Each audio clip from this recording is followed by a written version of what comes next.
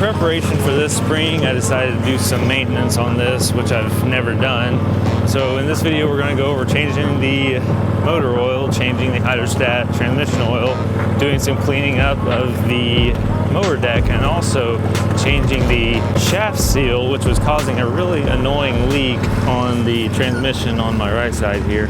That leak was causing all kinds of stuff to just collect, so I needed some major cleaning up. So that was a few bucks for that part, and so annoying to get to. So let's get to it. I just removed this wheel.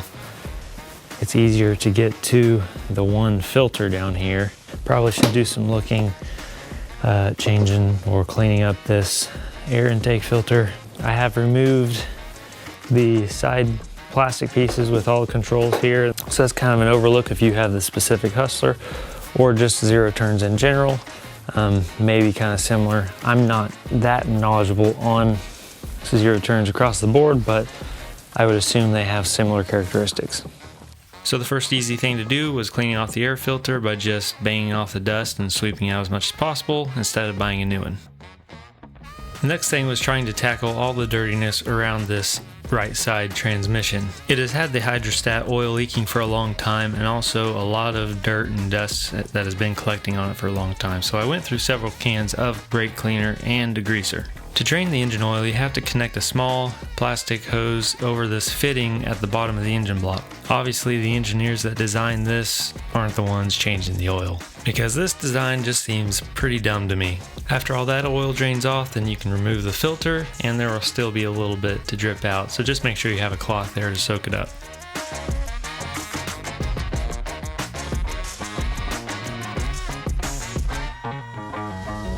This specific mower takes 2 quarts of 10W30. Next, it was time to remove the transmission filters. There is one of these on each side.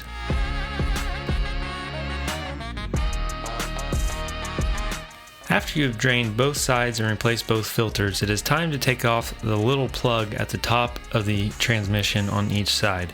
These can be difficult to try to get off, and because of someone messing these up previously, I seem to be able to fit a 1/4 inch Allen wrench in one but not the other. I could never really find out how much oil I needed, but I ended up needing about 4 to 4.5 quarts to fill up both transmissions. And this was just a long process of filling up the reservoir, letting it drain all the way out, and checking the hole on the transmission. And when it started leaking out, then put the plug in. I decided to put new O-rings on those plugs using this Harbor Freight kit, and I used the 7/16 by 5/8 by 3/32, the A111 O-ring. The next thing I wanted to do was give the underside of the mower deck a really thorough cleaning.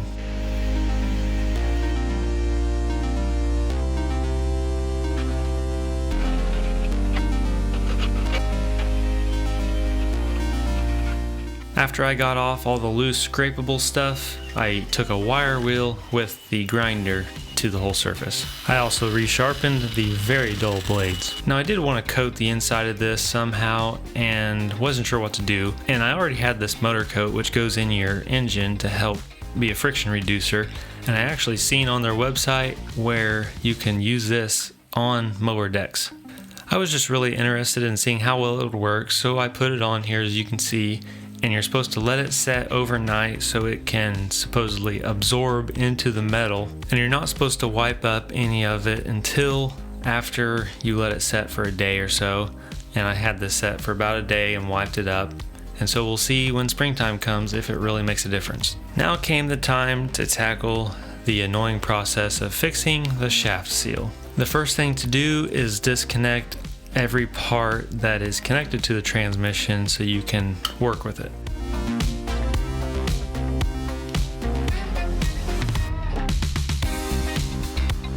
And as you will notice, I pretty much used every tool for these things that is not the right tool, but it was nearby and the first thing I thought of. There are 5 bolts that mount this transmission to the frame, and I removed 4 of them. One there on the back, there's one underneath the filter area, and 2 above the wheel hub. This bar to purge the air is also needing removed, that is connected to a little lever on the top. So the 5th bolt you may need to loosen to be able to get the transmission to swivel out. I wanted to try to avoid removing the whole thing, which I'm not sure if it makes it easier or harder. But you need to remove the belt from this fan pulley, and then we need to remove the whole assembly connected to this shaft. Also, this control arm bar needs to be moved out of your way, and you gotta squeeze it underneath that bracket and the wheel hub. We're finally to the last step of removing things to get to the seal.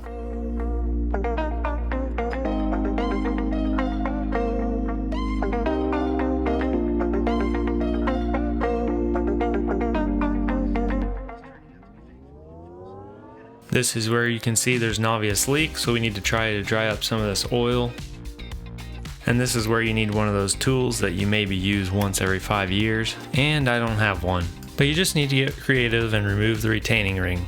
And here you want to be very careful to not mess up the teeth on this shaft. I used vice grips to pry up a little bit to make it easier to pull off the seal. And as you can see, the culprit was that the inner part of the seal just completely separated from the outside. Next, I wanted to clean this off as good as possible for the new seal, and it was also suggested to me that I put some tape around the bottom and then use some light sandpaper or even emery cloth on the shaft just to smooth out the surface a little bit for the seal.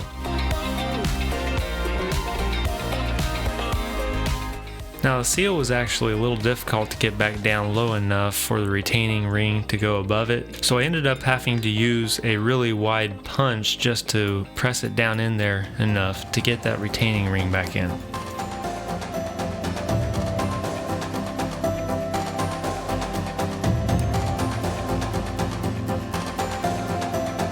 Then it was time to reverse the whole process we've been through.